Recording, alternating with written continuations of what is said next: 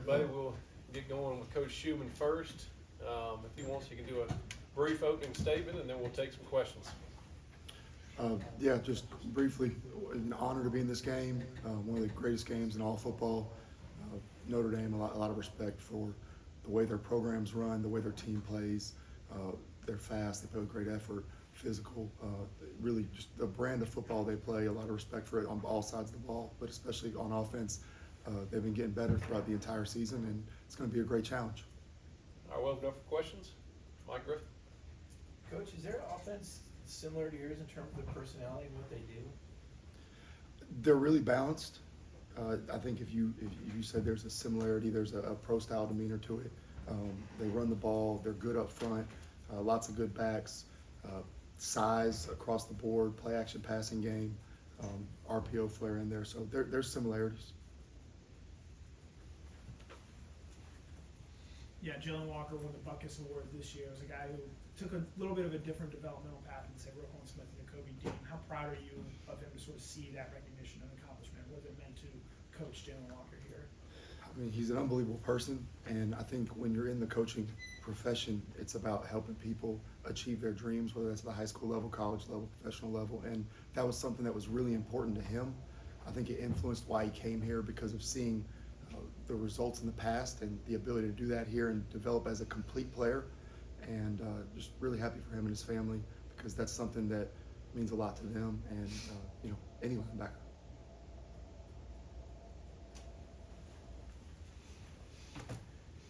Yeah, Coach, as far as the secondary goes, just what have been your thoughts on the play of that group throughout the year as things have progressed throughout the season? I think there's been up and downs. There's been times that we got to get the ball down more. Obviously, you're judged based on how you play the ball down the field at that position. And then, you're the erasers in terms of tackling. So when mistakes show up there, like they're more glaring than maybe if a three technique makes a mistake on a play or if a backer misfits something, unless it's egregious. I think that they're a group that has continued throughout this, bowl process, playoff process to work really hard and challenge themselves to get better in the areas that they need to. We've got to do a better job down the field, and there's been moments where we have, and there's moments where we come up short, and I think that group has grown a lot throughout the course of the year. There's still guys that may be older, but they hadn't played as much, and now they've gained a lot of experience, and that's a position that you only play well by gaining real game experience, and that's why you see a guy like Dan Jackson, who's played a lot of football, playing his best football right now because of the experience he's gained, the confidence he's gained in that way. Coach Riley Leonard's another one of these quarterbacks who extend plays with his legs, make things happen in that regard.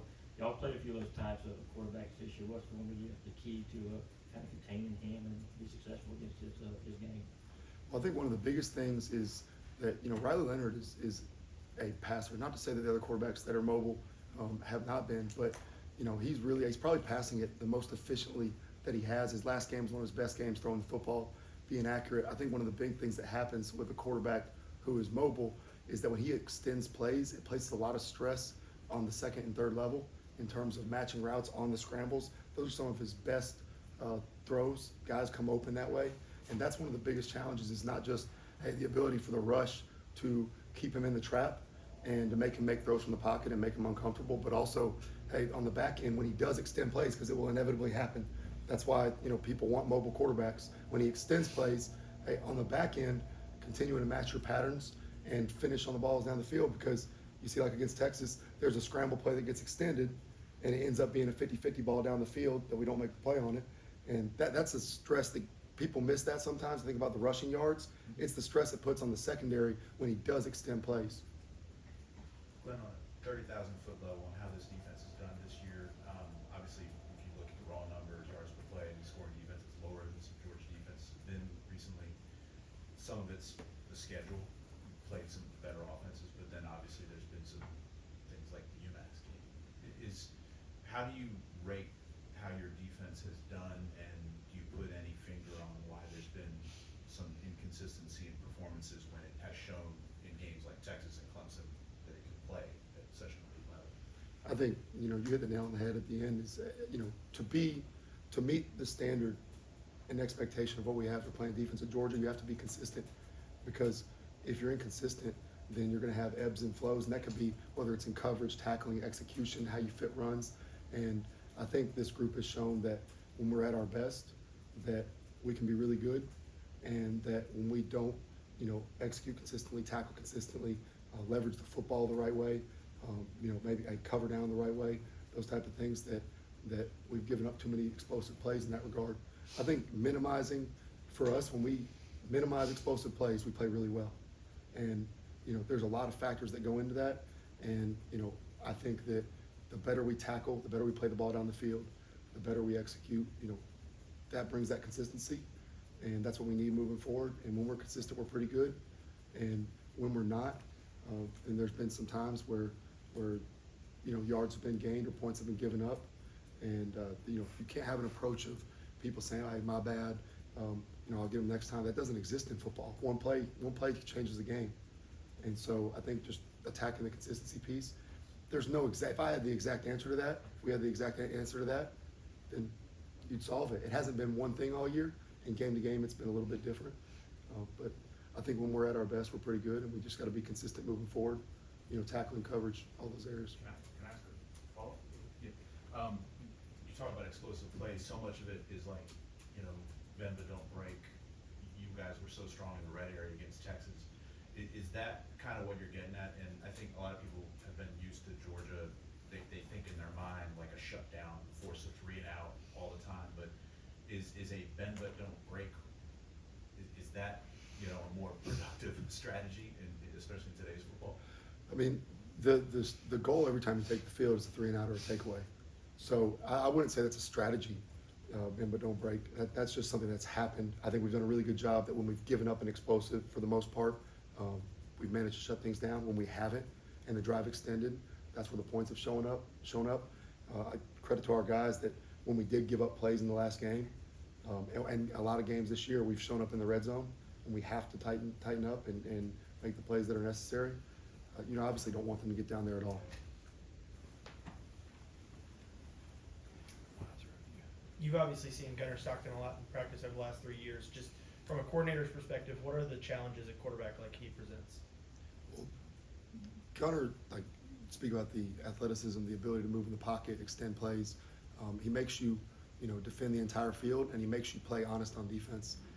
You have to account for him on any given play, and it opens up a lot of, those plays we're talking about with Riley Leonard, where he extends plays and is able to throw the ball down the field that way. He does that. You have to account for him in your rush when you're playing certain coverages, and that's a big part of playing quarterback nowadays, making the defense play honest. And I think that's the biggest thing about Gunnar. He's extremely competitive, and he adds a dimension to the offense that y'all saw a little bit of in the past, and we've seen a lot of, over the years.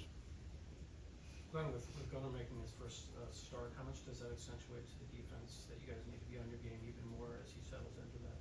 It's championship football, it's playoff football. It's a one-game season. I think that we have to do, our part in every game. We don't set goals on defense based on what our offense does. We set goals on defense based on, what our standards and expectations are in terms of the points we want to allow, our expectations in terms of rushing defense, third down defense, red zone defense. So I think it's leaning into, you got to focus on doing your job. We spoke on the consistency a second ago. If we execute and we tackle well and leverage the football, we just want to play to the standard of Georgia defense. The rest will sort itself out. We're going to switch over and take a couple questions from Zoom now. Charles Odom, Associated Press, go ahead with your question.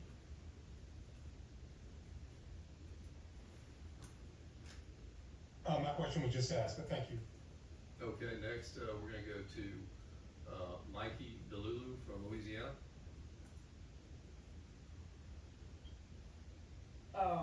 Yes, so Coach, what is sort of like the team's mindset, especially on the defensive side of the ball? You mentioned it earlier, just had some pretty high highs, and there's also been games like the UMass game, heading into a great offense like Notre Dame. What's the team's mindset heading into that game? Yeah, you got to do your job. I mean, that's at the end of the day, that's the key to playing great defense. Strike blockers up front, tackle well, leverage the football, win your one-on-ones in coverage. Mentality-wise, that's the key to playing good defense in general. And so on our end, we want to be at our best when our best is needed. That's something we start with day one of fall camp, and we address the defense and our expectations for the year, and we talk about being at our best when our best is needed. And when you're in this, setting, your best is needed. So that's the mentality. Matt Baker of the Athletic.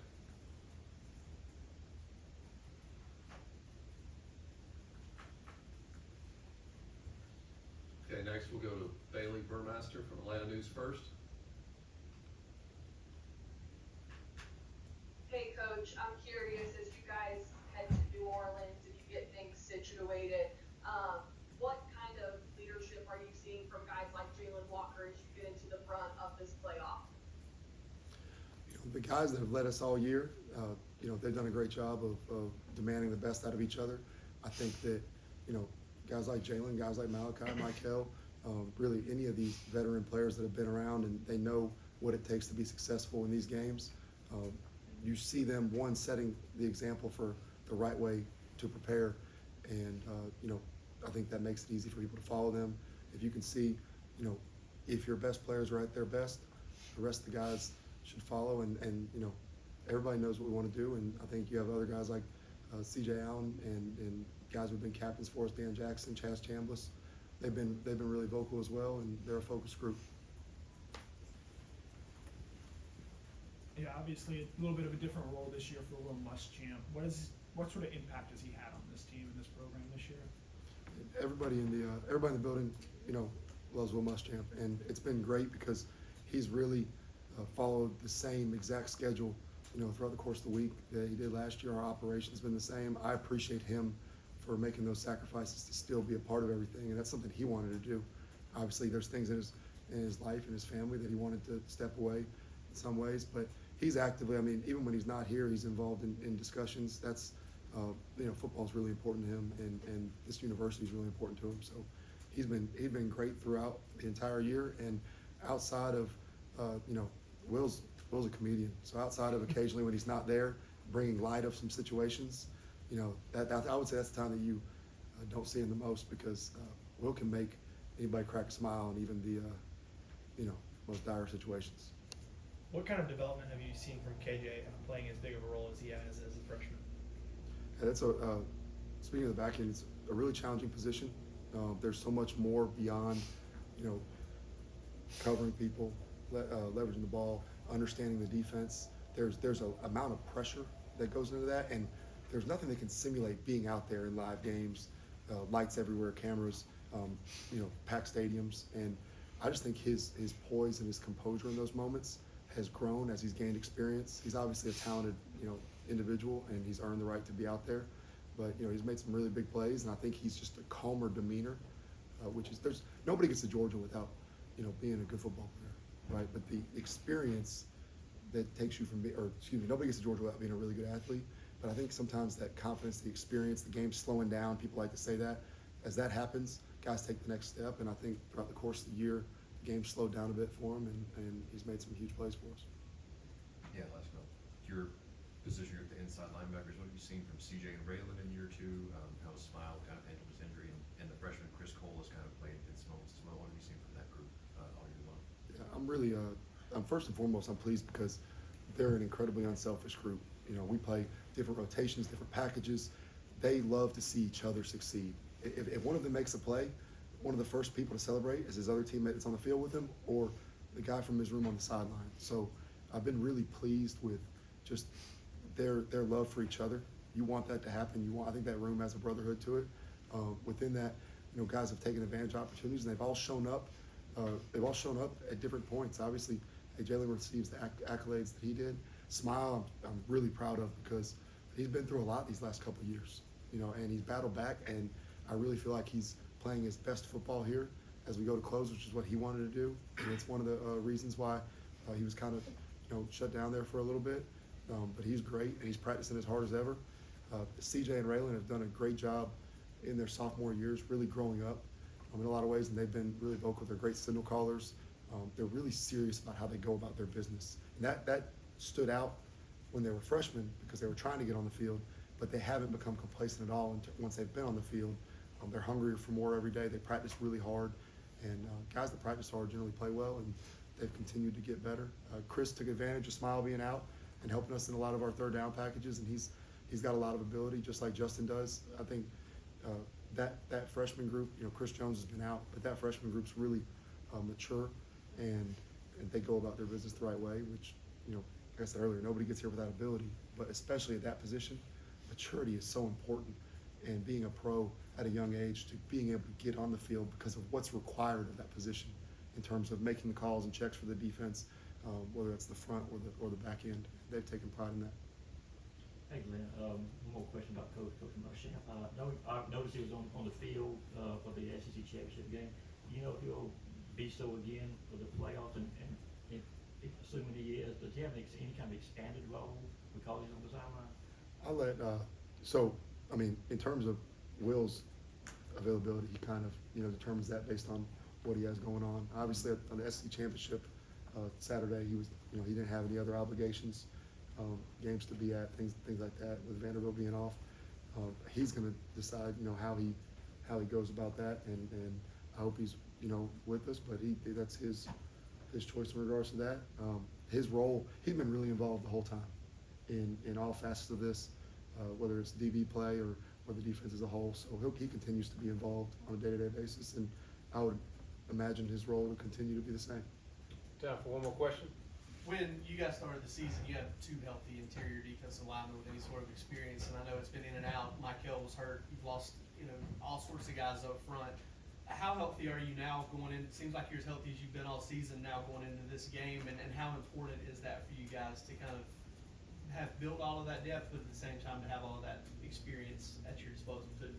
Yeah, it's great to have guys available, right? I mean, availability is one of the best abilities in football, and so like for coaches and players alike. And so there's strength in numbers as you have more guys available. I think especially the big guys, you know, you're able to stay fresher. And it's just natural. If you're 300 pounds, you're 280 pounds, the fresher you are, the better you're going to give effort, chase the ball, the better your burst is going to be getting off the ball in pass rush. And, you know, I think it keeps everybody at their peak performance longer. And I'm really proud of those guys who had to play games where we had guys playing 50-plus snaps a game in the interior D-line that their career high had been in the 30s. And so early in the year when guys were banged up, guys rose to the occasion. And all that experience, I think, has helped us in the long run. And, you know, if we're healthy, we should be even better. Thank you, Coach. Yeah, appreciate y'all. Thank you.